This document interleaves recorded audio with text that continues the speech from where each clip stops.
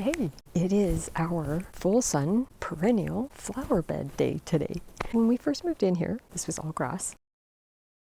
This location is a full sun, but we wanted to plant it up with some sun-loving perennials. And a tree. So first thing we had to do was dig up the ground, which we did at this end. We dug this little area out, and hence the rock, and we've planted our vine maple, our peonies. This is Maxima peony, our favorite,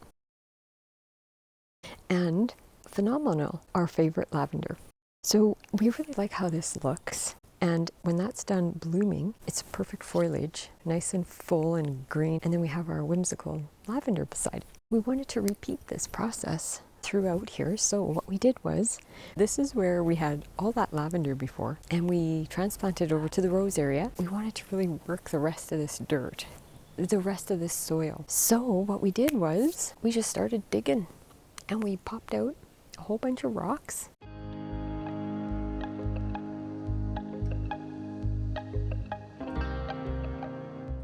So we amended the soil with some composted mushroom manure and got it all good to go. Then we just started planting, and that's what's next.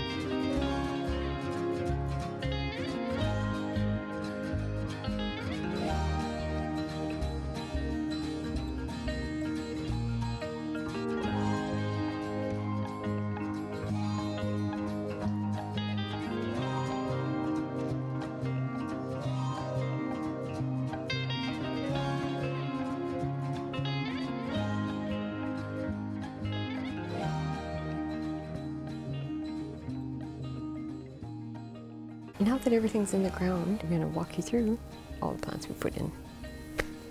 Yeah, so here's our peonies, nice filler, and the lavender. We transplanted another peony, 2 peonies, one here and one more over here. And then beside it, we've done the lavender.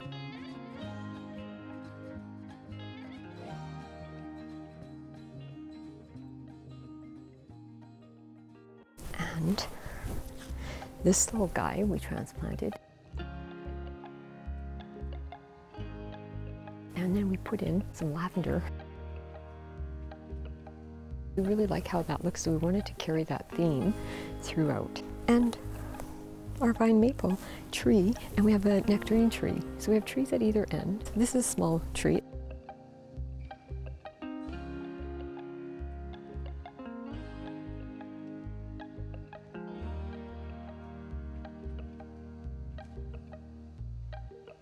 It's like a Japanese maple, but this one's native to the Pacific Northwest, so it's great. It's good early food for bees and hummingbirds, which we love.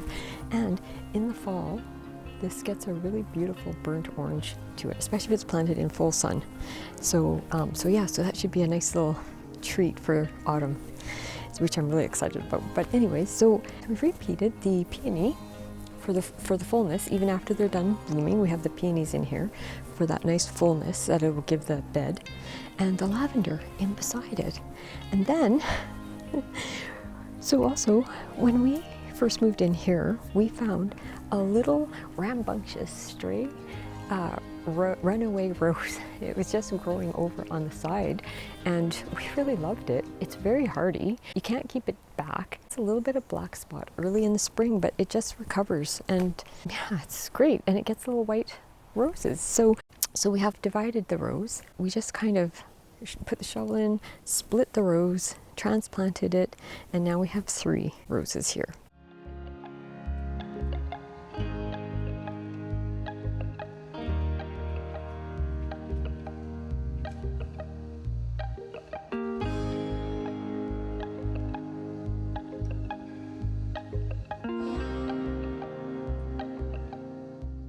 Back here, we've got echinacea. So we really love echinacea. It's a very fun flower, and it's really good also for the bees. So we've got several different kinds back here. We have the powwow,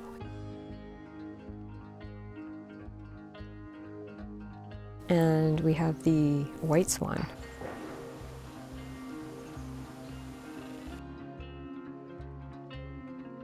We also have the Magnus superior, I think it's called.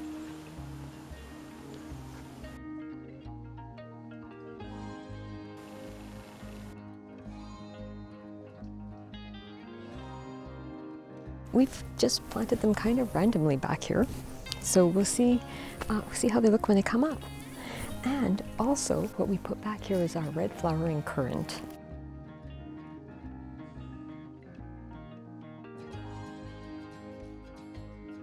Now, it doesn't really get red flowers. It gets a little bit more, they're a little bit more of a deep pink flower, we find, but it's early in the spring, so it won't clash. So this red flowering currant is excellent for hummingbirds and bees early spring, and they'll thank you for it, and you will thank yourself for it, because you will get to enjoy all the little hummingbirds and bees that will find this little guy.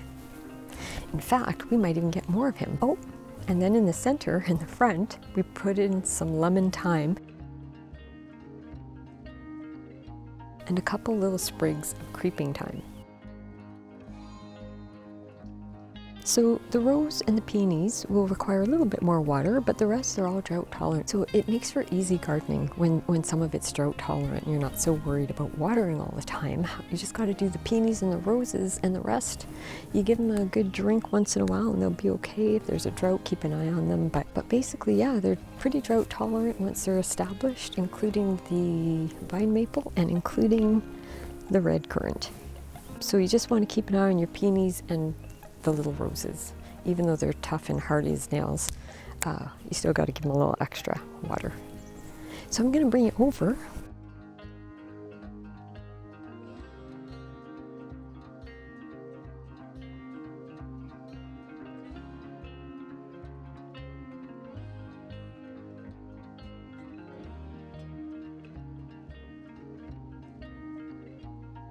We just wanted to give you one last little shot there of this coming along.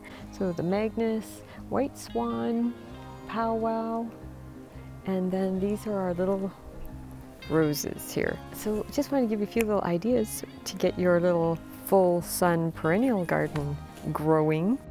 And yeah, that's about it. Thanks for popping by, and we'll catch you in the next one.